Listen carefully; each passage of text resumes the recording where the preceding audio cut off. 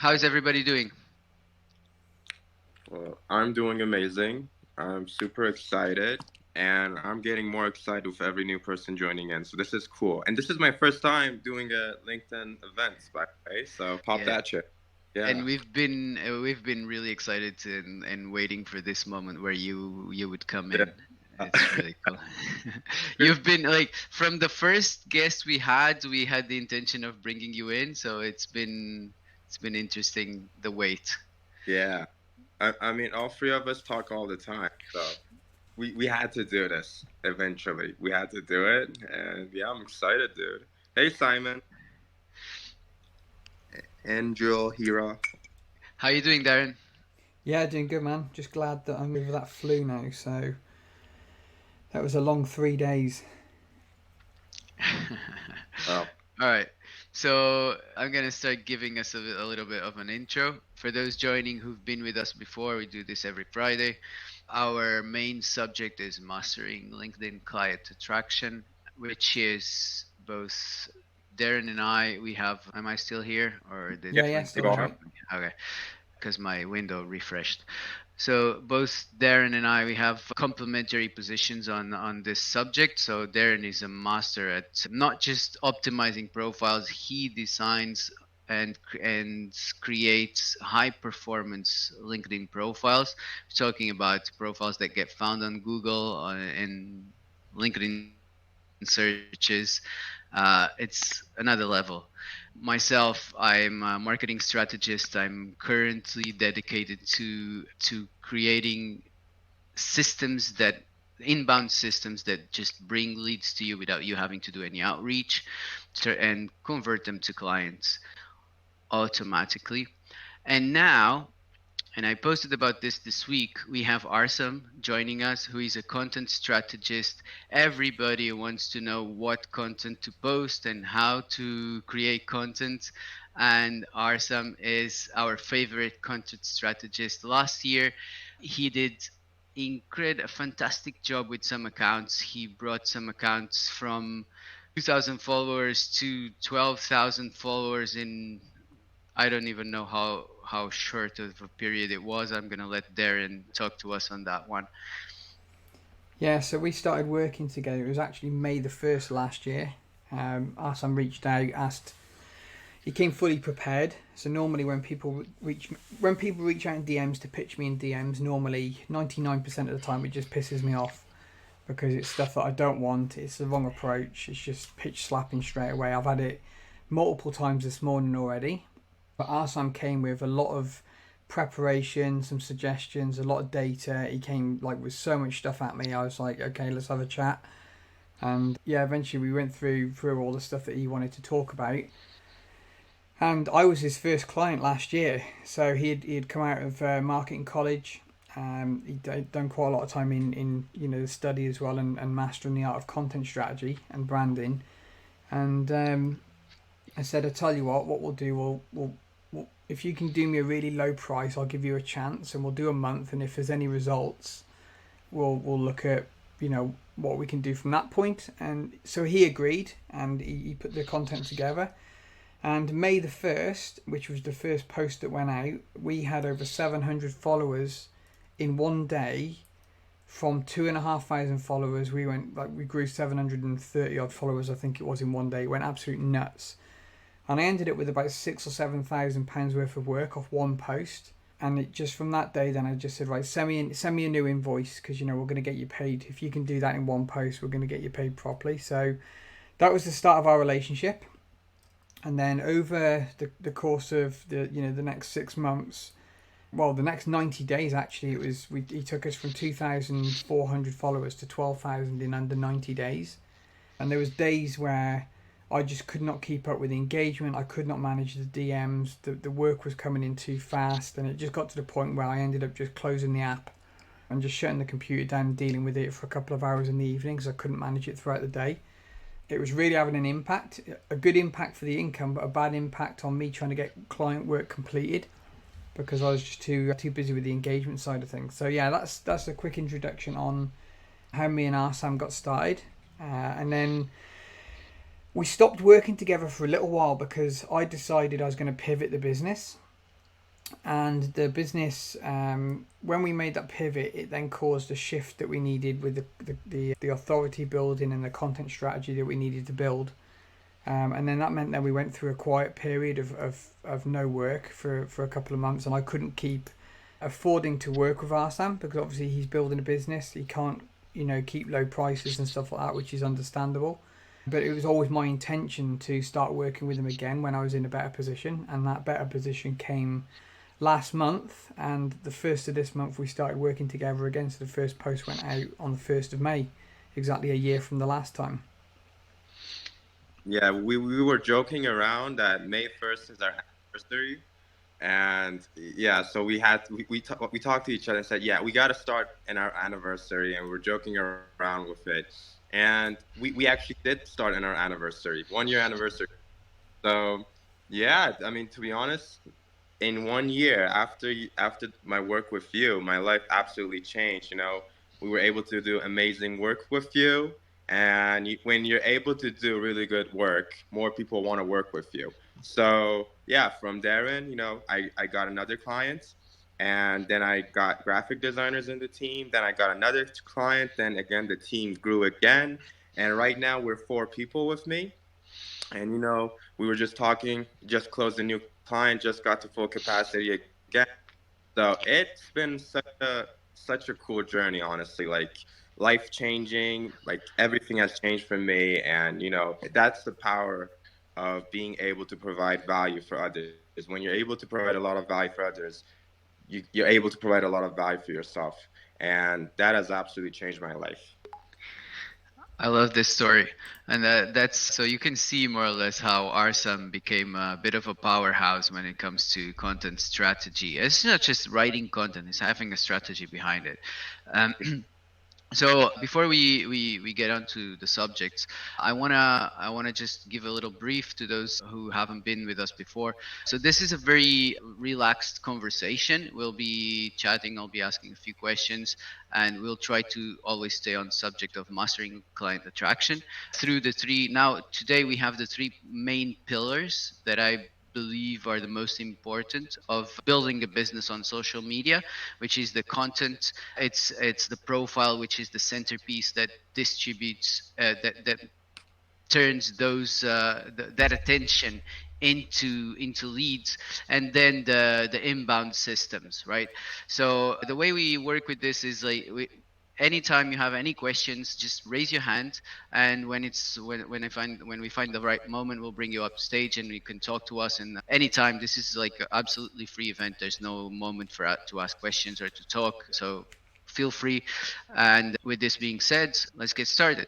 So I'm going to open this with what I started now. The three main pillars. So we have we have content, and content needs to have a strategy.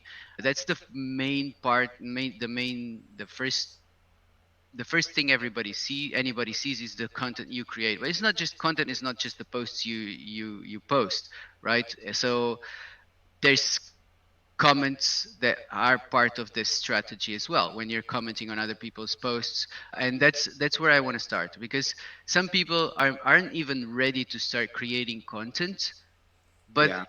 they can start straight away on LinkedIn just by commenting. What do you Yeah. think about this, Arsam? Yeah, so that's an amazing point. Before I say anything, friend, that is an amazing point. The thing is that when you're posting out content, you're gonna have people looking at it. And when your content has zero engagement, zero likes, zero comments, people are have a tiny bit of a guard towards engaging with it, because there's this element of social proof that's missing there.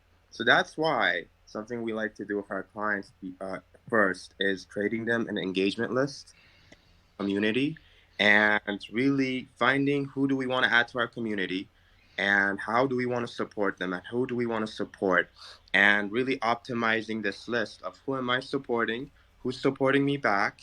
And yeah, I totally agree with you. Before you get deep into content, get deep into building your community, get deep into providing value to others, get deep into supporting others. You do start posting content, you want to be consistent with it. And if you're able to have that community that's going to support you,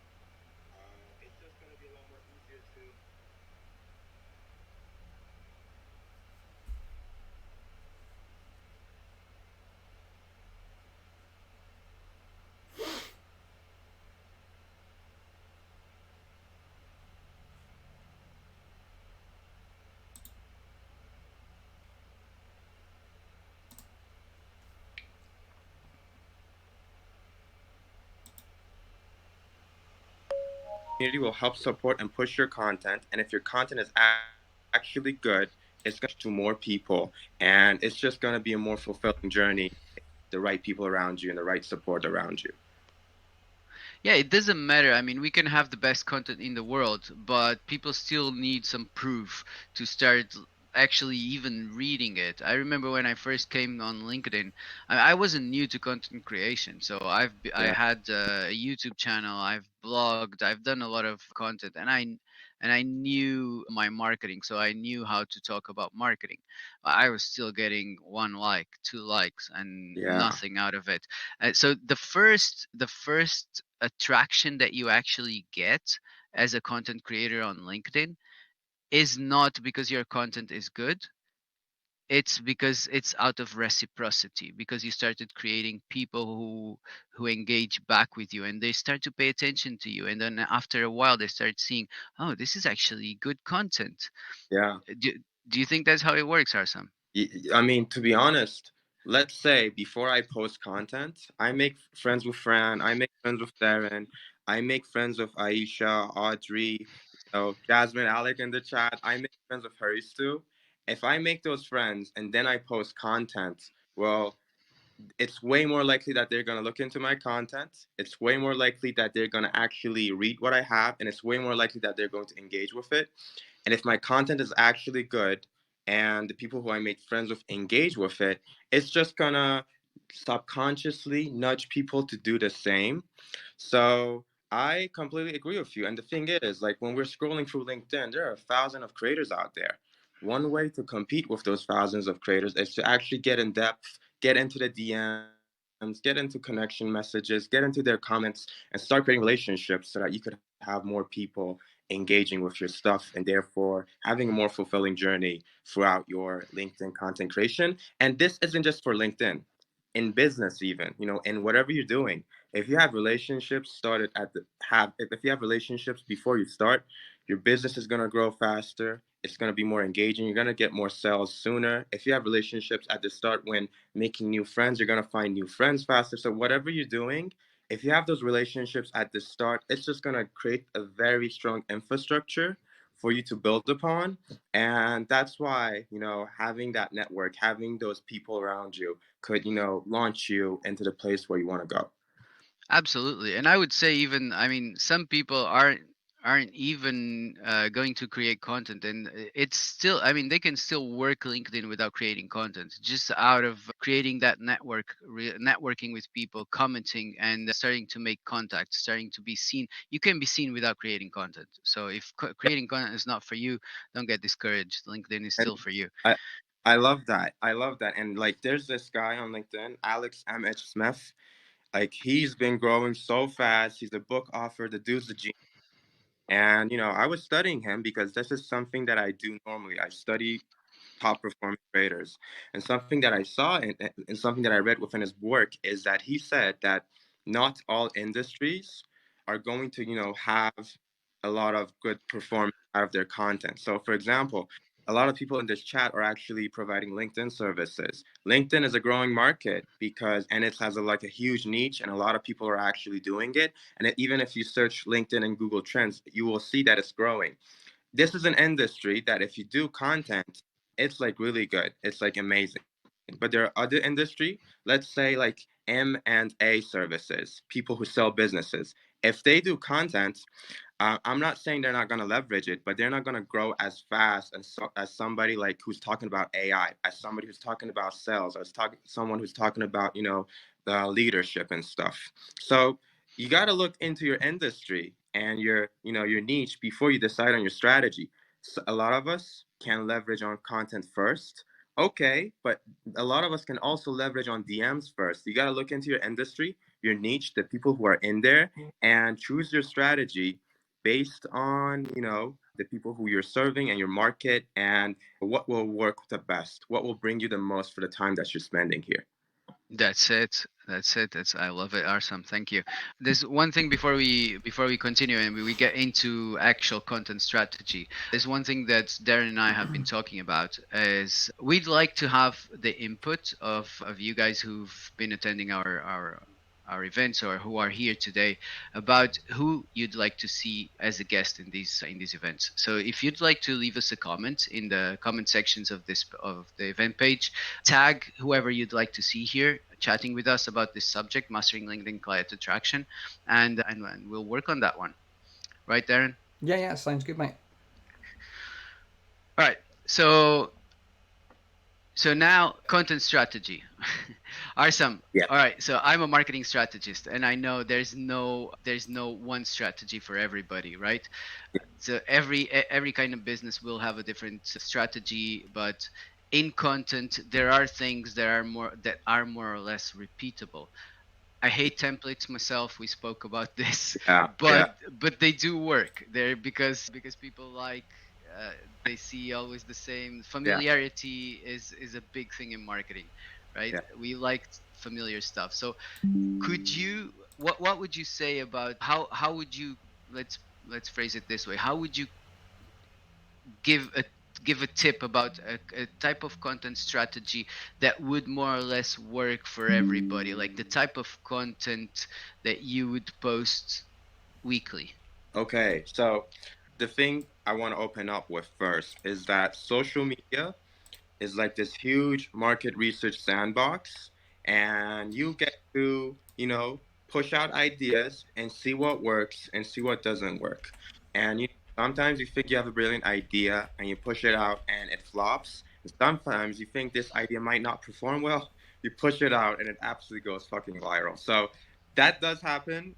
And what I like to do with my clients is having a mixture of stuff that I know will work, stuff that I have repeated with other clients, with myself, with the internet that have worked, and also a mixture of testing, because I feel like as marketers, we are, scientists as well. We want to test things out. We need to see what performs well, what doesn't perform well. How do our audience behave depending on certain messages? So with the stuff that does work, sometimes we might go towards templates. And I a lot of people hate on templates, but to be honest, I don't hate on them, because if a template works well, there's a psychological reason behind it. For example, one type of content template that works really well for me and Darren and all my clients is, I've analyzed this amount of X.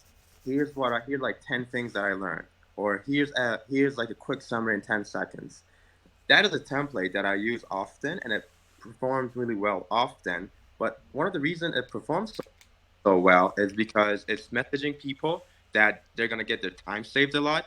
It's creating a lot of curiosity, which is one of the main core drivers behind good content. So, okay, if there's like this psychological reason behind it, why shouldn't I leverage it? If I know that I can get the most out of my time from this, why should I not leverage it? There's this other content structure, like thing won't provide X. So, for example, content won't provide you with links. Okay, that is a content structure that I provide, and then I tell people what does. Now, that is a content structure. I did that for myself. I'm doing it for Dan. I'm doing it for my other clients. It's a structure that provides a lot of curiosity, and people want to know what's it all about. So these templates are just part of that huge market test that I told you about. So you throw ideas at this huge sandbox that we call social media. And from that sandbox, some of them stick to the wall and some of them don't. Some of them are really good and some of them don't. And the ones that do stick, you need to grab them, reverse engineer them, and try to use them more often. As something that we all heard from the chat, if something works, try doing it again. And don't try to reinvent the wheel all the time. And yeah, so that's my approach towards it. Was that the answer to your question? I think your question had two parts. No, no, no, that's really good. I think you answered it more. Yeah, I wanted it's the you gave us some examples, but I was looking for a bit of a weekly structure for Yeah. content. Okay. Love that. Okay. So weekly structure. I'm not gonna tell people to like post these, and these because everybody in this chat needs their own specific, unique strategy. But here's what I am going to tell you. First, figure out your goal, and your goal might be to attract more people. Your goal might be to get more leads. Your goal might be to get email signups. So, and it could be a mixture of all of them. So, you know what your goal is, and then look into your content strategy. Now, what is a content strategy? It's the and content is the information that you're sharing, and strategy is basically the way that you're trying to reach a goal. So if I put content and strategy next to each other, content strategy means the information that I will be sharing in order to reach my goal. Now, if that's the case, now you have a more clear vision towards what you need to do. Then I want you to look into it as in like a funnel shape. Okay, if I want to reach a goal, I'm working with people. That's like people are helping me reach that goal. That's just basis of social media. You got to attract those people first. You got to position yourself as the thing that you want to get positioned as. And you also need to get them to take a certain action, which really correlates with your goal, whether it be, email signups, leads, whatever it is. This is also known as the top of the funnel, middle of the funnel, or bottom of the funnel. Or like it has many names, to be honest. Everybody has their own version of it. And yeah, you gotta really create a structure for yourself that really captures that full funnel. You want to take people through that journey of not knowing you to getting to know you a tiny bit to at the end becoming a loving customer that tells everybody about you. And the way that you do that is okay, I need to first approach strangers. How do I first approach them? You need content that has a more of a broad appeal. You need content that can reach a lot of people. That's where we go towards content that, has a lot of viral potential. We go towards content that has stories. We go towards content that is super relatable. That's how we reach more people. That's how we reach these strangers. Now that we've reached these strangers and they have shown their interest through following us or engaging with us, then we need to position ourselves as something that they could trust. Okay, what problems do they have? You need to know what problems do they have and you need to help them solve it. You need to push them. You need to take them from point A to point B, or you need to show yourself, position yourself as the guy who can do that. Okay, I've reached these strangers, and then I've also given them, a reason to listen to me because I've helped them solve their problem. Okay, what's the next stage? I need to turn them into a client. Okay, well, you need to do it through offers, through case studies, potentially DMing them, and basically taking them to the last stage, which is the bottom of the funnel. And at the end, you also want to keep those customers, something that it's not much often talked about. But okay, you need to provide a really good service and you need to provide a really good experience. And that just enables them to, stick with you and tell more people about you. So I don't want to give people a broad structure of do this and this and this because everybody is different. Like Jaime is an English teacher. His strategy is going to be way different than Audrey, who talks about AI. His strategy is going to be way different than Lucy and everybody else that's on this chat. So yeah, that's what I think. That's amazing, Arsam. Thank you very much. And I'm gonna take advantage of this opportunity to talk a little bit about what the funnel stages, because we see this a lot, and I have this feeling that a lot of people don't understand what the funnel stages are. Just give me a reaction if you want me to explain it briefly on this topic. Just give me, if I see a few reactions, I'll go into it. All right, all right, two. I guess. All right. I'll also Right. I just want to translate it into something meaningful, right? So this thing of the funnel stages, we see this on posts everywhere, and Arsam spoke about it a lot now, and it's very important because it has to do with audience awareness, right? So either your audience, there's three types of a prospect. There's the one that knows they don't know they have a problem, and you need to make them aware of their own problem. There's those who have a problem, they are aware they have a problem, but they are not aware of a solution that a solution exists. And then there are those who are problem aware and solution aware. They know they have a problem, they know there are solutions out there, they're just looking for the right solution. So these are the three different stages of the funnel. That's why you need to create content for all three stages of the funnel, because you are addressing all of these all of these of this audience, right? Now the thing here is, the easiest person to convert into a client is the one who is problem and solution aware. You're just positioning yourself as a solution, so that's the least friction one, right? Now, we're creating content and addressing all of this. Obviously, if you create a broader content, which is for talking about the problem, then you are also attracting a broader audience. So you bring more people to you. They won't be converting straight away. They won't be ready to become your clients, but they're starting to pay attention to you, and then they will be consuming the rest of your content. So now we have content. We have a content strategy. We have a comment strategy if we don't have that. Arsam spoke about as well. So personally, as a marketing strategist, I would say that for 95% of the people, the next step should be taking them to an email list. Not subscribe to my newsletter. I hate that call to action. I don't use it myself, and I would never recommend anybody using it. I know everybody's doing it. Newsletters are a good thing, and you don't need to use the call to action, subscribe to my newsletter, to get people to get people onto your newsletter, right? You can still get them to subscribe if you give them something of value. Not only now they are in your email list, but also they have qualified themselves by downloading a specific resource that you put out there that is aligned with your next offer. So now these people are in your email list. They downloaded this resource. You know what they're interested in. And because you positioned this resource specifically for them and specifically aligned with your next offer, which is a service, a product, whatever you're selling, you know they are leads, they are warm leads, and they will be interested in your service because that's the next part of the solution, right? But after you create content or you comment, and people, what's the next thing people are gonna see after your content? They see your name, your little the first part of your headline right there in the feed. They might see your post, they might see a comment of yours.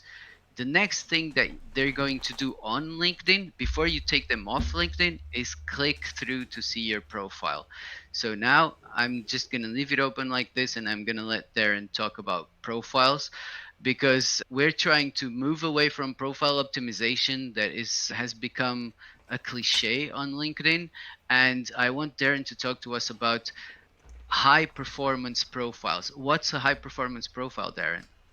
So as you started off, it's obviously the first thing that they're going to see is the the headshot in comments and engagement. Unless they come, well, even if they come across your content first, it doesn't matter which way they find you. Even if you send direct DM, direct connection requests, but that's going to be the first thing you do is the headshot. If they go to your profile, this is where we start to build a high performance level. Now, for those who don't think that the profile matters too much, if people know who Kevin O'Leary is, he's one of the big multi-millionaire investors, and he talked about it a while ago, that if you're trying to sell a product or a service and you try to contact somebody on LinkedIn, they are going to go to your profile to check you out. It's absolutely inevitable. If they're going to come to get in contact with you, regardless of what you're selling, the next thing they have to do is get to your profile, because that's where all your contact information is, all the information about what you do, who you work with, and your service that you're providing. So the first thing that they do when they come to your profile then is obviously they see the banner. And we're seeing it more and more where people are neglecting banners. And as a designer myself, it really does my head in to see what we call bland banner syndrome. And it's where banners aren't grabbing attention. They're very vague. They're not giving any direction of what they want to do next with call to actions or anything like that. You can put a question in there. You can put some sort of statement in there. I've got a statement in mind. It's you get one shot to make your profile count. And it's just a powerful statement there to make people question, okay, what does that mean?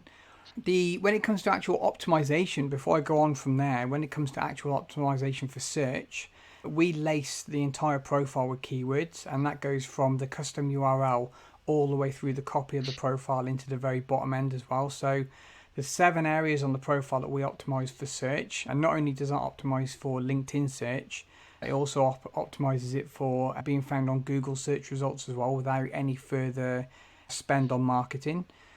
So once we've got that, then we've got the banner. That's going to give you your headline, very clear on what you do, who you do it for, and who you're looking to work with. And that then pushes them down into the headline itself on the profile. Again, you want to have keywords in that headline. But with that there, like Fran said, if you're in comments, people can see that headline or part of that headline in the comments as well next to your photo. So it's important to the way we write headlines is to make sure that you hit a desired outcome straight away before addressing the clients in some aspects as well. Like if they're trying to get more sales, you can say if you're trying to increase sales, that's the first part of your headline. Most business owners are trying to get more sales, so straight away they're going to say, okay, I see your comment, I see your photo, you're talking about increasing sales, so they're going to be intrigued to see, okay, what is this profile all about?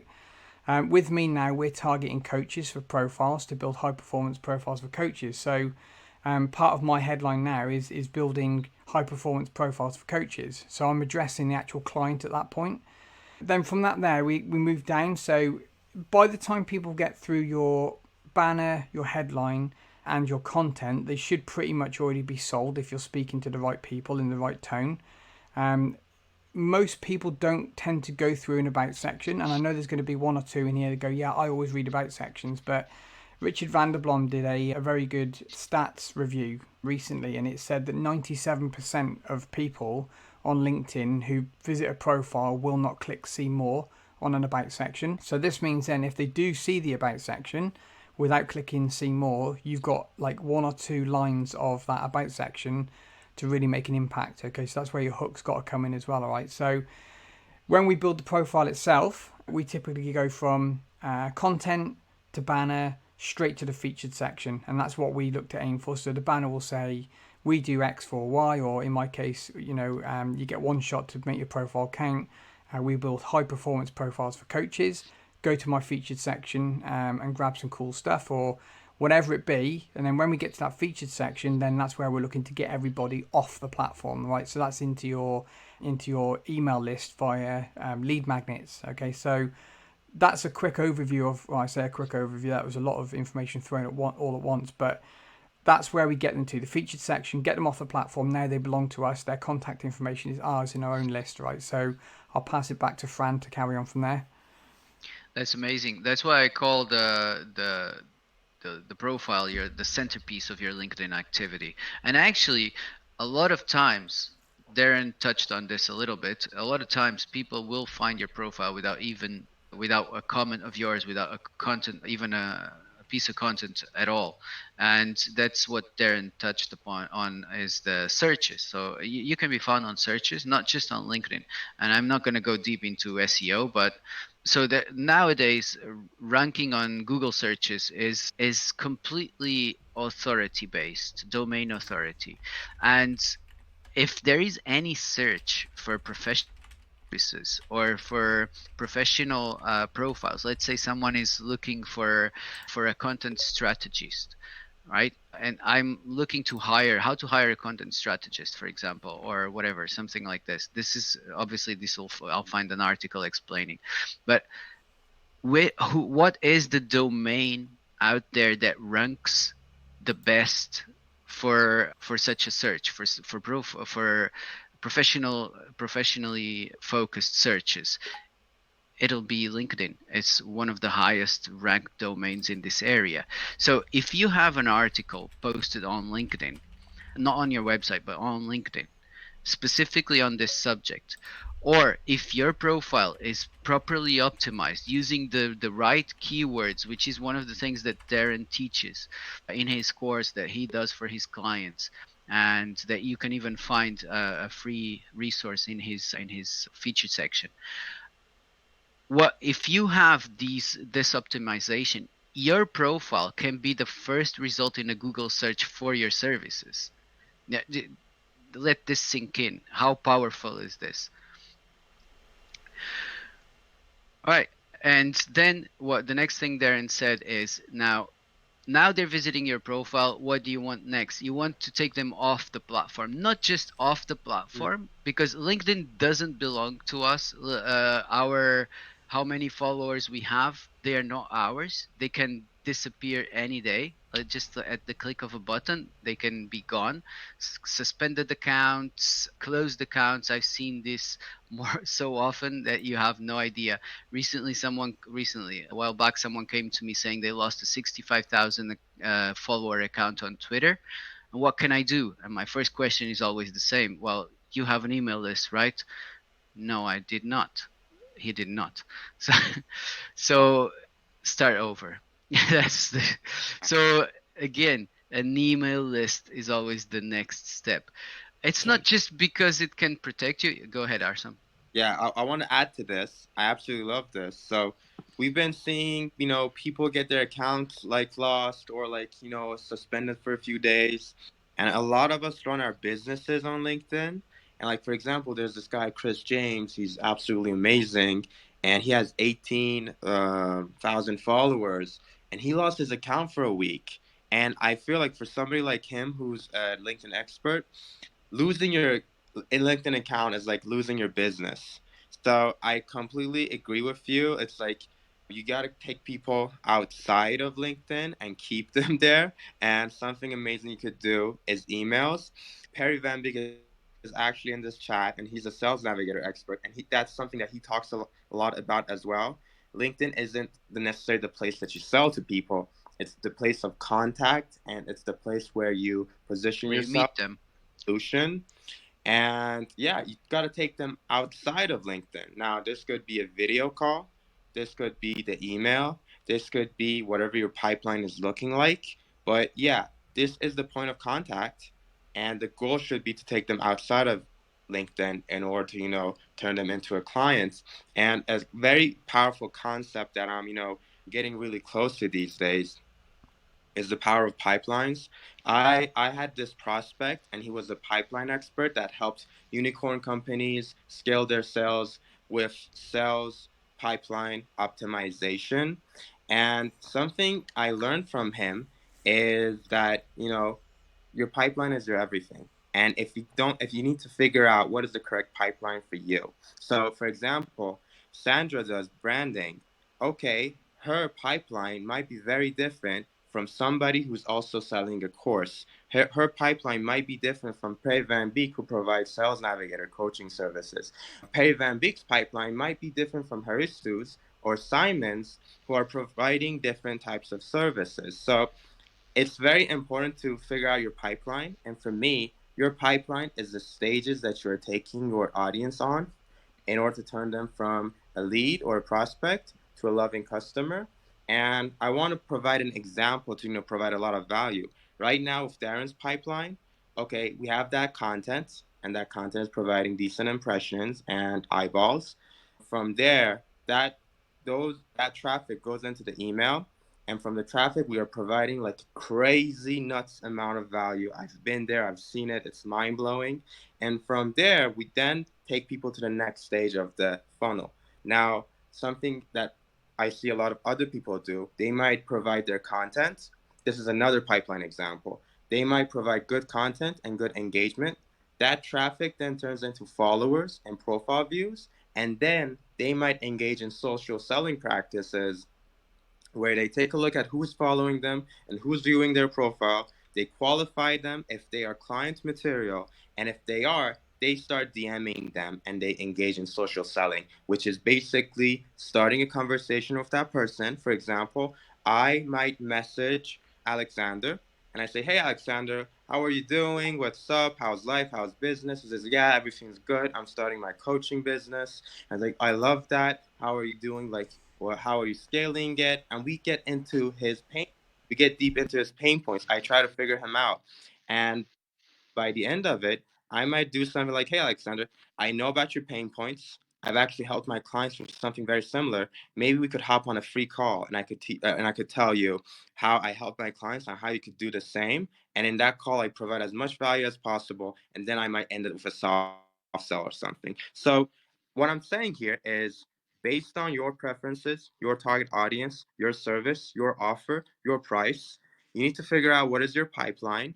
And based on that pipeline, you need to have a daily task of filling people within that pipeline and moving the people within that pipeline and optimizing every stage of the pipeline. Now, you could choose multiple pipelines. For example, people could go into Darren's email and then turn into a client, but people could also go into Darren's profile because it's highly optimized and they could DM Darren, and then from that those DMs they could then turn into a client. So what I'm trying to say here is know what is your pipeline, be conscious about your pipeline, the journey that you're taking people through, and by being conscious about it, you get to have a vision towards how your business is operating, and by knowing that, you get to, be more proactive in making it better and better and better.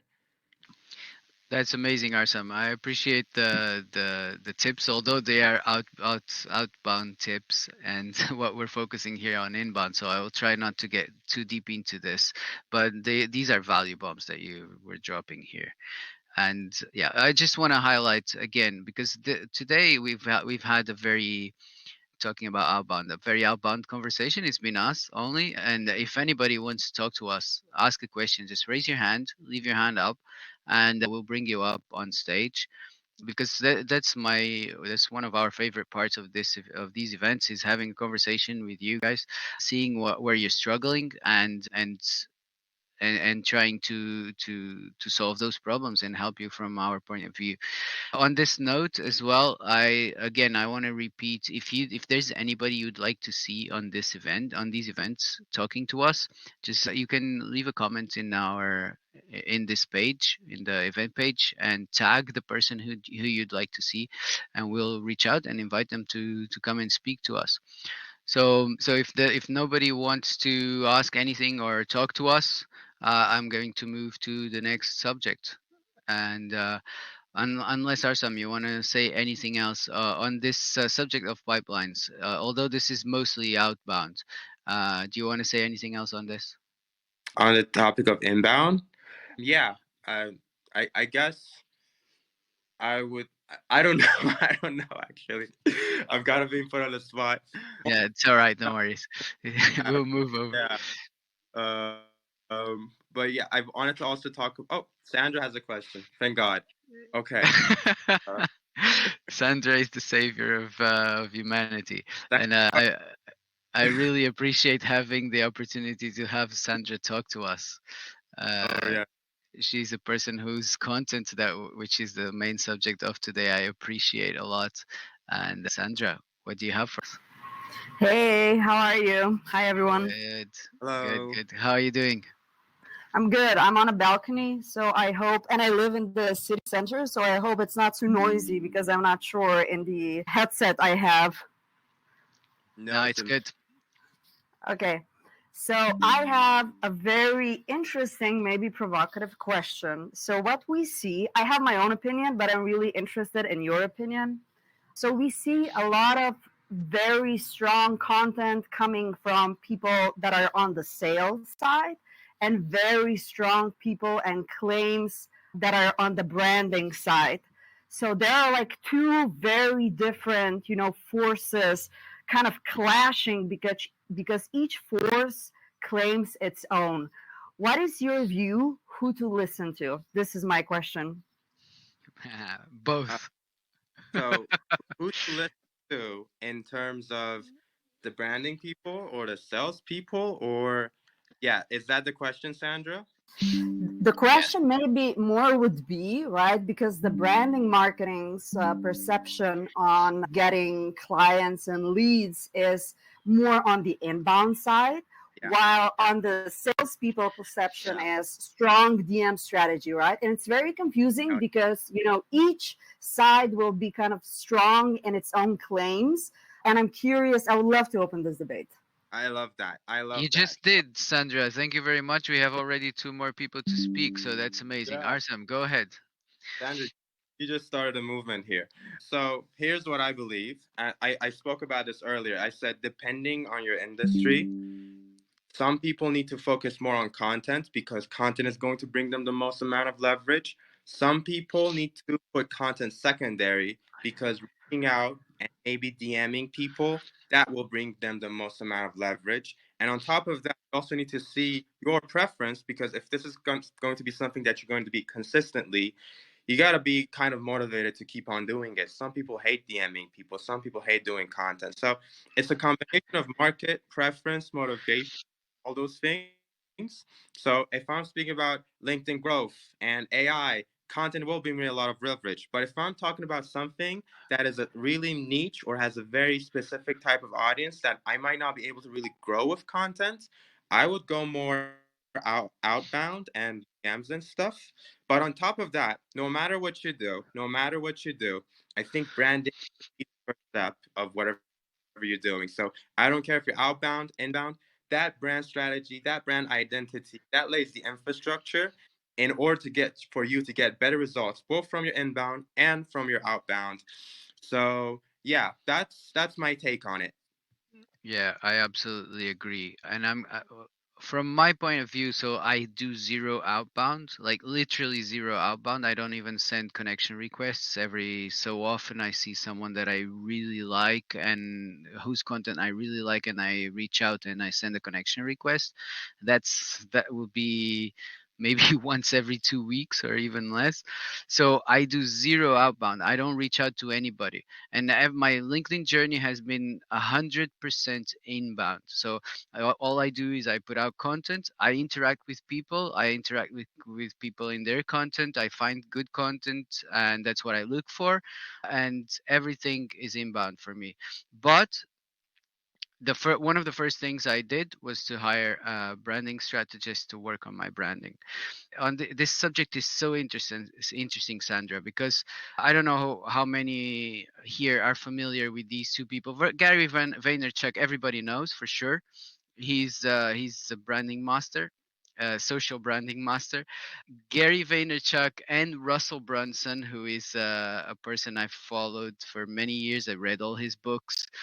They had a fallout years ago, and it's funny because you can look for it on YouTube. Russell Brunson and Gary Vaynerchuk, and you will find Russell recently did a video talking about this. They had a fallout because of their difference of opinions on this branding versus sales. And even though Russell is not even he's not a salesman, he's a marketer, but he's all about direct response marketing. And they couldn't they had I think they kind of had an argument in one of his live events where he invited Gary to come speak, and that's where they stopped speaking to each other almost.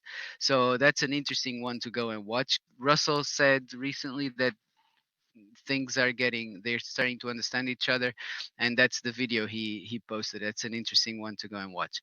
So but I think that it's always a mix of both. You have to have your branding figured out who you are, how do you communicate with your audience. And Sandra, who better to learn from than you? You're doing an incredible job in branding and showing yourself to the LinkedIn world.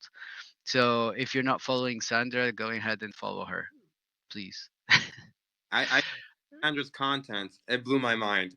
Your work is amazing. Wow. All right, so I'm gonna bring Dan up to speak. He's got his hand up, and Alexander as well. I'm gonna just put you both on stage. Alexander, just hold on and let's allow Dan to speak. Hi Hi Dan, guys. how are you doing? Yeah, I'm good. Thanks for bringing me up. That last question, that last segment actually piqued my interest. I kind of had you guys on in the background while I was working. And I hear this question a lot, what works better, inbound or outbound? Where do you focus your attention? And I have a slightly different view. My answer is it depends how much you actually want to achieve. Because obviously I'm a solopreneur. That's my business model. And I speak to hundreds of solopreneurs every month. If you just create content, if you have the perfect profile, and I can see Darren's up here, and I know he's absolutely itching to jump in on this, but if your profile is absolutely perfect, your content should serve really to drive people to your profile, and your profile should serve to drive people to you in conversation. And that's great. That's a perfect inbound model. Throw in some lead magnets, guides, ebooks, cheat sheets, etc., and you can start to really get momentum. I know lots of people that are super, super successful just with inbound. And I refer to it as having an organization that's got a marketing team but no sales team. but they're still successful, right? They're still making money.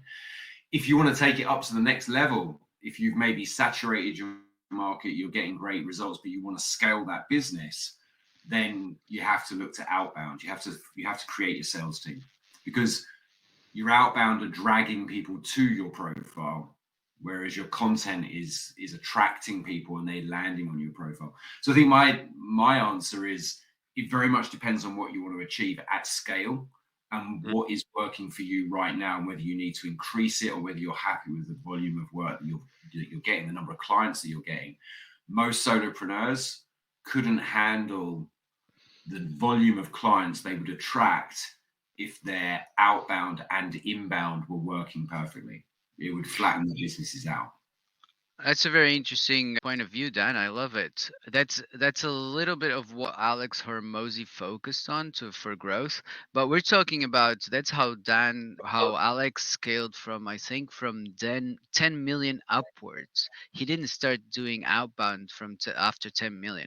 Like specifically here on LinkedIn, I would say that outbound is good to get started with. So like if you're starting and you don't have an audience, obviously inbound is not going to do much for you. And if you need clients straight away, you need to reach out to people. There's no doubt there. And you need to become the salesman.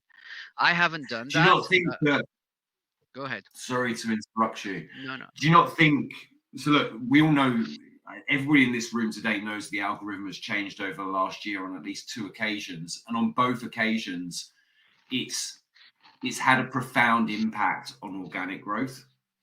So if we were having this conversation a year ago, I would have been saying, look, start your business, go exclusively inbound, focus on creating great content, building a huge following, and you will get leads. And I think it probably is still true, but to a smaller scale, because the latest round of algorithm changes have meant that your content isn't getting the pure reach that it was getting in sort of July time last year.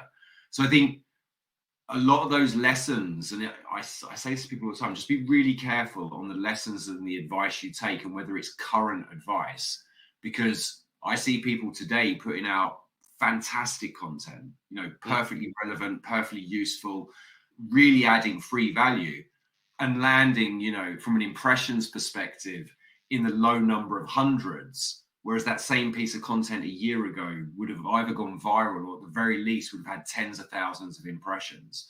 So I think it's a different world that we're now in. And I think each business, each niche has a slightly different performance metric associated in today's algorithms. And that's a challenge for everybody to accommodate. Yeah, I get you, Dan. something we Go had ahead, last Darren. a couple of weeks ago. We had Dana, who she looks into the algorithm, and one thing that she was talking about was if you've got a lot of direct first degree connections who are not engaging in your content, maybe they're irrelevant to your target audience that the content's targeting.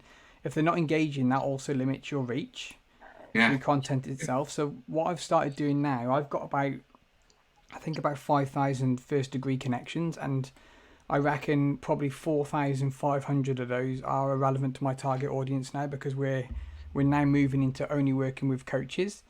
So what I'm doing over the next however long it's going to take me is I'm removing those first degree connections. Now I know in some cases that will cause them to not be followers anymore, but I think it's important to clean up your network, especially the ones that you're connected with. Followers is one thing, but direct connections is another. Yep. Darren, I couldn't agree with you more on this topic. In fact, myself and Alex, who's also up on stage, have been talking about this over the last couple of weeks. When the conversation a moment ago came up about outbound, one of the cheekiest methods of increasing the reach on your next piece of content is to have a direct conversation with somebody that isn't necessarily going to engage because they don't normally see your content. So if I know I'm putting out content next week regarding a certain pillar of expertise, then my activities this week in my direct messaging will be to people that I feel that content should be relevant to, because LinkedIn still seems to do that thing where the person you had a direct message with recently has a higher probability of being in that trial group that sees your content when you publish it. So yeah, relevance in terms of your network, your connections, and your followers is huge at the moment, and it is causing us to stop chasing high numbers and start focusing on getting the right people into your network. Yeah. Listen, guys, I've got to drop off. It's been amazing talking to you, but I've got a client call that I've got to go and do. I hope to pop back on one of your next sessions and we can carry on the conversation. But thank you so much for bringing me up on stage. Cheers, Dan. Thanks a lot, Dan. On that note, I'm going to give my perspective. So as I mentioned before, I have done zero outbound in my LinkedIn journey, and I have people, and there's people in this call who booked calls with me, and people come to me, they book calls with me through my inbound systems, and that's how it works. I have done zero outbound. I don't reach out to people, and they come, they find me just using the systems. They find my profile through my profile. They go in and use my lead scoring tool, my lead attraction scoring tool. They use that, then they subscribe to my email list, and they end up booking a call with me. If you check in my profile, you will not find a button to book a call with me, and still this is happening. It's 100% inbound. I have a small account. I don't have a lot of followers. I mean, compared to most of you guys here speaking, and this still happens. So and I know Dan spoke about you can have very valuable content, but it's not just like about valuable content. Your content needs to be strategic. It's not about the value you deliver. And if you'll allow me, I know that we moved a little bit. Like we usually have, like, it's me and Darren and a guest. Now because the first part we delivered so much information and there was barely any conversation, I'm going to take advantage since we have Sandra here. I don't know if she's happy to continue talking to us, but I know that there's nobody better than her to talk about audience retention and attention. Do you want to say a few words about this, Sandra? Yes, I have time. So, audience attention and retention, where to start? I think one of the very important pieces when it comes to content and attention is, this will be strange, but the networking and the community building part. So I have a very precise list of people who I am developing relationship with, and we support each other. So I would say, the thing that you were speaking before in the beginning, create a community and so on, this is such an important piece. And a lot of people don't have the patience maybe on LinkedIn, or the willpower to start building these relationships, because there's no thing in your life that you can achieve alone. So you need these like core relationships that support you and that will, believe in you and that will pull you forward. So when it comes to attention and content and everything, I would say the teamwork. And I'm not talking about pods. I'm talking about just developing relationships with people and have or quiet or some kind of agreements that you will be there in your corner. And doesn't matter. A lot of people are afraid of competition. I have probably 60 or 70% of marketers I absolutely love, and I would never, see them as a competition. And sometimes we do, work on similar things, but we are different people. We have different approaches. We are different personalities. And I'm very convinced that there is a piece of pie for everyone out there. So I would say this. And the second part is people play it too safe.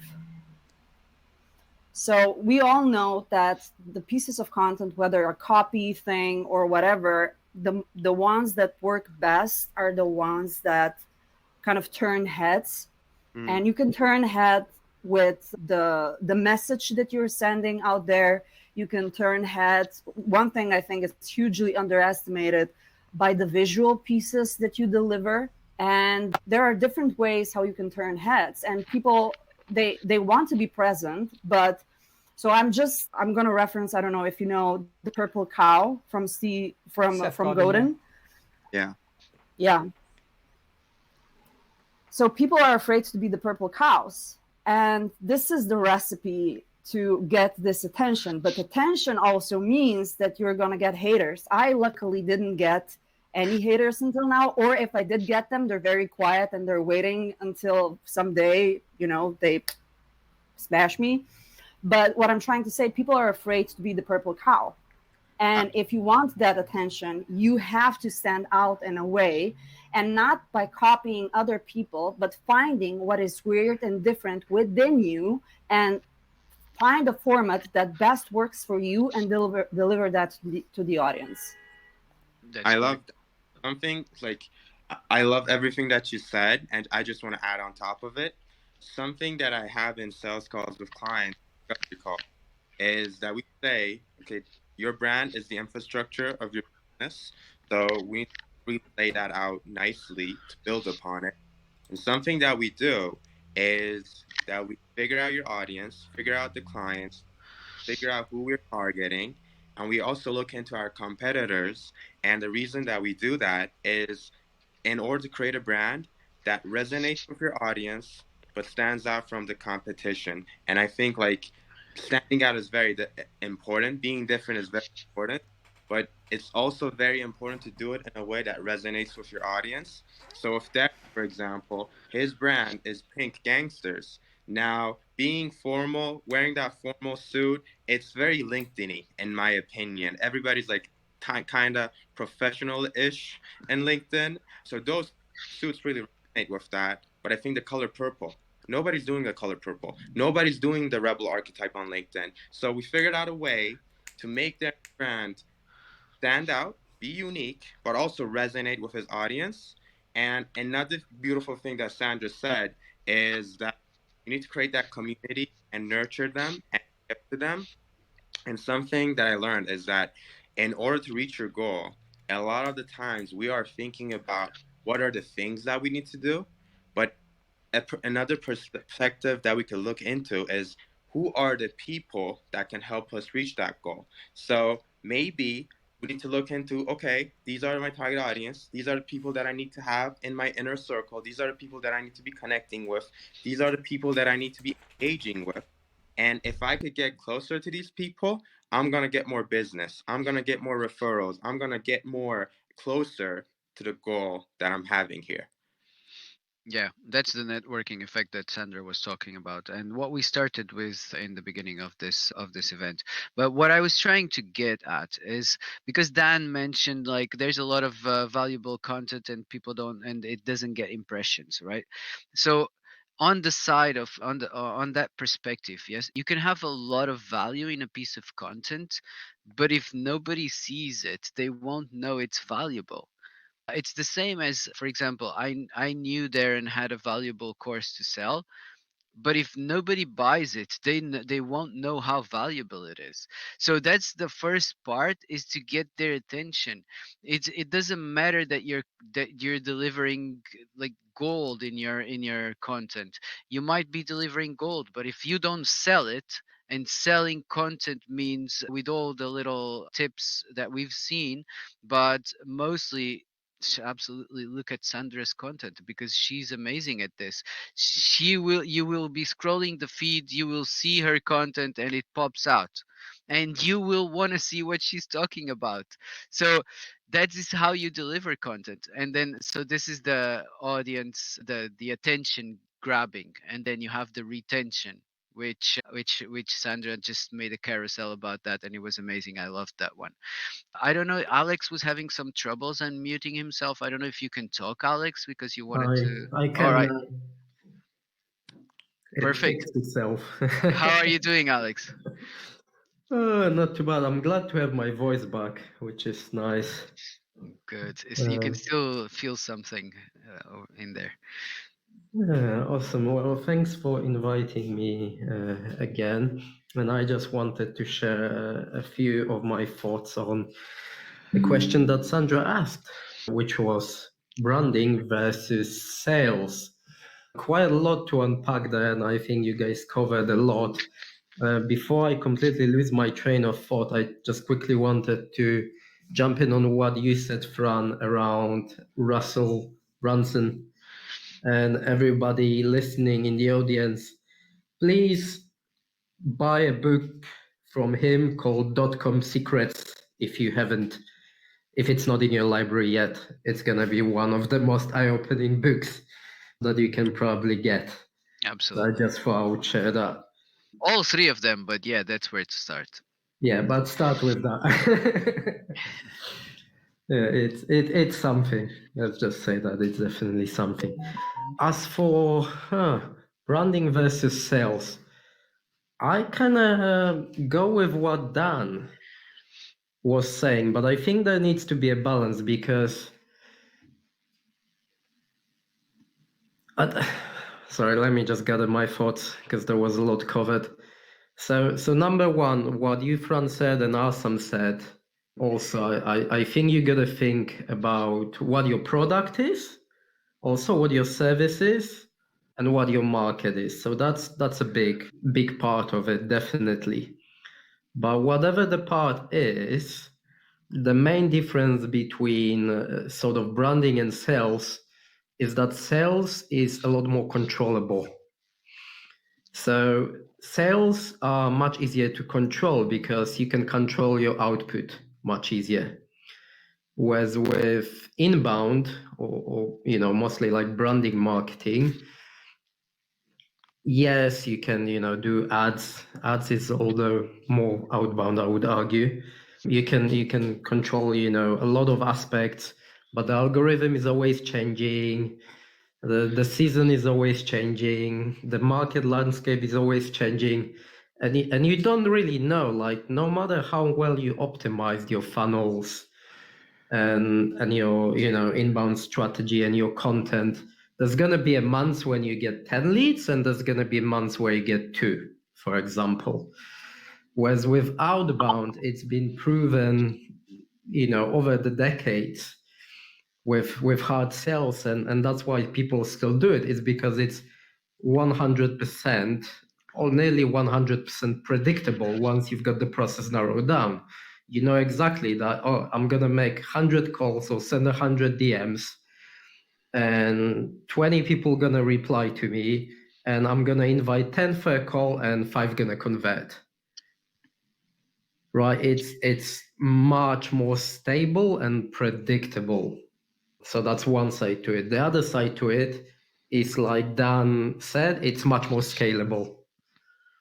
Yeah, I will disagree there, Alex. Yes, I know. I understand where you're coming from. It is there's a level of scalability, and as I said, Hormozy says that like he started scaling with outreach, with cold calling after 10 million, but I mean he reached 10 million without it, just with ads. And Hormozy, another thing he didn't do that a lot of people are doing nowadays was the branding part of it. He only started creating content very recently, so it was completely different. So it was the opposite of Gary Vaynerchuk, for example. The thing is, like, for what I'm trying to do, I'm a bit of an innovator. I get bored easily, and I I absorb too much information. What I'm trying to do here on LinkedIn, and even off of LinkedIn, is getting a mix of both, if this makes sense. What I'm trying to do is using advertising strategies, so direct response marketing strategies, with branding, which is with content creation, right? So bringing that's the inbound systems I talk about. So it's not advertising, it's not, whilst with advertising you can have a lot of predictability and it's easy to scale. Now you just need to not depend on one platform. You need to have like with everything, you need to have multiple platforms and know what you're doing. But again, advertising has become very hard in the last few years, and that's what I'm trying to do. I'm trying to get a connection between content and inbound systems, so inbound systems through content. And with this, I'd love to hear Darren's thoughts, not only on this because he has experienced it recently as he's been working with me, but also his opinion on the idea of branding versus sales. Can I just quickly just finish? Oh, sorry, Alex, I Rest of didn't my thought. realize. That's fine. So just because I said that in my opinion sales is like more scalable, as in the ceiling is higher, that doesn't mean that inbound marketing cannot scale to a ridiculously high level, as proven by someone like Gary Vee, for example. It's just I think the ceiling is higher if you go outbound. I think you can maybe saturate your market much quicker because you can put more resources into it to a certain extent. Whereas like, okay, videos, how many videos or posts can you post, right? There's a limit to it. Yeah, Like but you it scale doesn't content scale with in a linear advertising. way. It doesn't scale in a linear way. Well, going from 1 sales rep to 2 sales reps is double the revenue. Yeah, yeah, yeah. Right, going Yeah. from 2 posts a week to 4 posts a week maybe is okay, but how far can you go? Can you post 30, 40, 50? There's a limit. Yeah, the predictability is there, that's for sure. Yeah. Like, And the second part I just wanted to add, you absolutely need both because, well, you might have the best sales process in the world, but if they come onto your website, to your profile, and so on, and if that's shit, then it's not going to help you. So I think even if you go outbound heavy, you need to have the right image, which is what brand is, right? It's about that image because that image is going to help you sell whichever way you go. So yeah, that's very, very important as well. yeah, I love it. Yeah, you're right. You're right. There's a lot of predictability in outreach. So Darren, would you like to give us your thoughts on this? Yeah, so I've never done ever. I think there might have been one client that was outbound, but all of our clients came from inbound through content, and that's ever been since day one. But then I don't know what Fran, you'd be better to sort of position this as a title, but once they get into your email list and then you fire sales to them, what would that be classed as? Well, it's Inbound. inbound because they are. That's what I was saying. I'm kind of innovating here, and I'm putting a bit of both together, right? But what's happening is it's still an automated process, but it's sales messages, right? Yeah. So what Alex says, like he's talking about outbound as reaching out to people, and I think Alex is referring to sales calls, right? Yeah, But yeah. an email that you send out to your email list, is exactly the same process.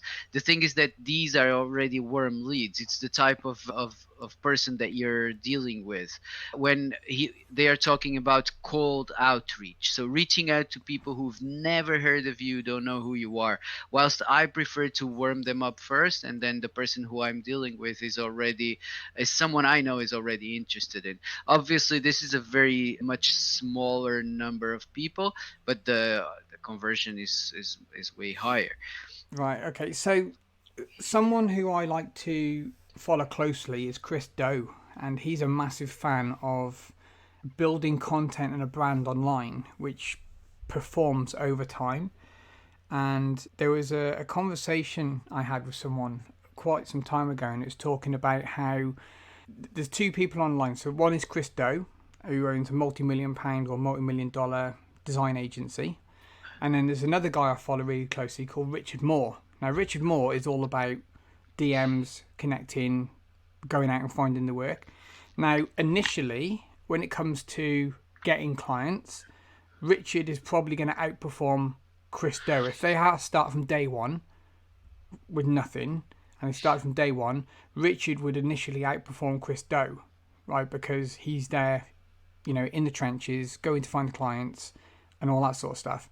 Over time, Chris Doe's effect of content, attraction marketing, putting the value out there, that compounds over time. Now, if they were to both stop right now, what they're doing, Richard Moore, yes, he would have clients following on from what he's already got, but Chris Doe would continue very strongly from the amount of content that he's put out there. So it's two different things. But then when it comes to the conversion, something I want to really point out, I always try to highlight, is when people see that content or that engagement or that outreach that you're doing, it will all come back to your profile, and your profile is then where that prospect makes a decision of whether they're going to work with you or not. So if your profile is not going to convert that traffic, it doesn't matter what you do in form of outreach or content. That will lead ultimately to failure if that profile isn't geared for conversion. So hopefully that answers that question, Fran, because there's two different approaches, but one will survive much longer. Yeah, absolutely. It does, that part of it. The other side that I would like from you is your experience with what we've done for you. So you've had clients reach out to you in the past a lot, and even recently, even now. But now you've also seen how having these inbound systems can convert clients on their own Oh, without, like, with massively. zero effort from your side.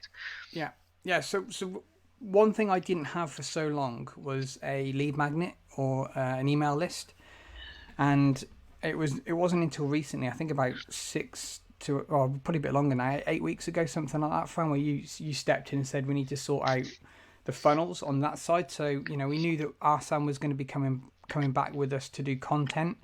We knew the profile was optimized for attraction and for taking action, but one thing I didn't have is that final part of the funnel. And since having that, we've been collecting emails at quite a rapid pace, and that's included sales. So that lead magnets led to sales without me doing any more work. And then even then, when we did put the email out, we sent an email newsletter out and a couple of sales emails. The one sales email we sent out within 2 hours made £700 in sales within 2 hours of it going out. And I didn't do anything after that. It's just literally they bought our services. So all three areas play a really important part. But ultimately, the thing to remember is a sales funnel's no good without a profile, but a profile's no good without traffic. Driving traffic to a profile that won't convert's no good. So all three need to be aligned, and that's really important. Yeah, that's it. That's why I call it the three pillars. So the Yeah, three pillars of mastering LinkedIn client attraction specifically, is the content strategy that will draw people to your profile, the optimization of the profile, having a high performance profile that will lead people to the next step, and then the systems that will grab those people and do all the work that people are doing here through DMs and talking one by one. This is scalability. These people get into your email list, and your emails are delivered to them automatically with the right messages, with strategic messages that will continue to nurture them and then offer your offer to them in the next step. So that those are the three pillars of mastering LinkedIn client attraction. That's why we were so excited today about having. It was at the end we've been having a different dynamic here. It was very interesting because we delivered on the three pillars first. So I really had fun today. We're going to be closing this very soon.